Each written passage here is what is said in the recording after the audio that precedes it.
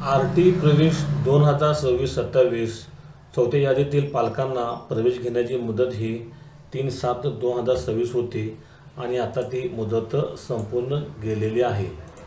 तर पालक वर्गानो आणि जे काही पाचव्या यादीमध्ये वेटिंगमध्ये आहेत त्यांनी हा व्हिडिओ लक्षपूर्वक बघायचा आहे.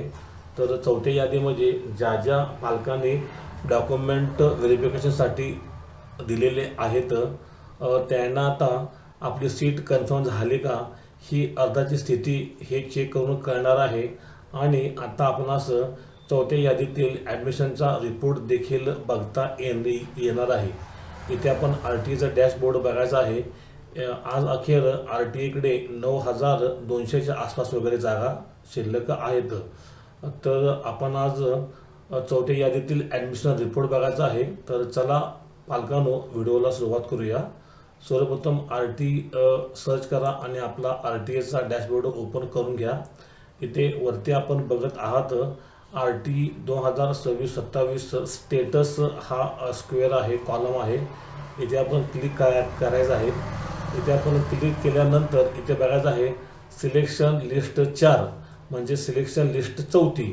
तर इथे 1 ते 4 पर्यंत कॉलम वगैरे दिले आहेत आणि इथे आपला जिल्हा आहे आणि जिल्ह्यावाईज R T seat R T seat म्हणजे किती होत्या, आर टी सीट किती स्कूलने ॲप्लिकेशन केले होते आणि किती सिलेक्शन झाले आणि कन्फर्म ॲडमिशन किती झाले हे आपणास दिसून येणार आहे. तर इथे आपण बघायचं आहे. इथे मी पुढे घेऊन जातो. इथे अहिल्यानगर आहे. तर अहिल्यानगरमध्ये चौथ्या यादी अखेर 75 सीट होत्या आणि ॲडमिशन हे 39 कन्फर्म झाले आहे.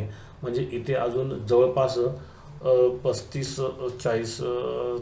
ते 36 जागा ह्या आहेत. अकोलामध्ये बघायचं आहे 41 जागा होत्या चौथ्या यादी अखेर. आजपर्यंत 19 जागा ह्या कन्फर्म झालेल्या आहेत. मी इथे पुढे अजून एक क्लिक करतो. इथे आपण बघायचं आहे कोल्हापूरमध्ये चौथ्या यादी अखेर 38 जागा होत्या आणि आज अखेर फक्त 18 ॲडमिशन झाले आहेत. हे जिल्ह्यांची आकडेवारी आहे. आपणास जर शाळावाईज आकडेवारी पाहिजे असेल तर मला कमेंट करा, आपणास मी तेही देऊन टाकतो. इथे आपण 3 नंबरवर क्लिक कराल तर इथे बघायचं आहे जे काय सांगली आहे. तर सांगलीमध्ये हे पूर्ण सांगली जिल्ह्याचं म्हणजे हे जिल्हावाईज ही आकडेवारी आहे. सांगली जिल्ह्यामध्ये चौथ्या यादी अखेर 15 जागा होत्या आणि 9 ॲडमिशन झालेले आहेत. म्हणजे सांगली जिल्ह्यामध्ये संपूर्ण जिल्ह्यामध्ये चौथ्या यादी अखेर फक्त 6 जागा या शिल्लक उरल्या आहेत. इथे आपण आणखी एक क्लिक करून बघायचं आहे ठाणे. इथे ठाण्यामध्ये चौथ्या यादी अखेर 148 जागा या होत्या. परत फक्त 61 जागा ह्या भरल्या गेल्या आहेत.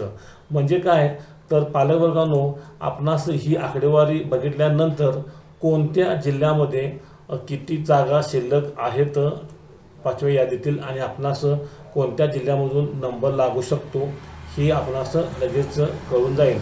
तर विद्यार्थ्यांनो आणि पालक मित्रांनो आपणास कोणत्या यादीमध्ये किती जागा शिल्लक आहेत, कोणत्या जिल्ह्यामध्ये किती जागा शिल्लक आहेत आणि जिल्ह्यामधील स्कूलमध्ये सुद्धा किती जागा शिल्लक आहेत, जर हे आपणास हवं असेल तर आपण मला कमेंट करा. कमेंटमध्ये आपला जिल्हा, तालुका, शाळेचे नाव आणि आपला वेटिंग क्रमांक टाका.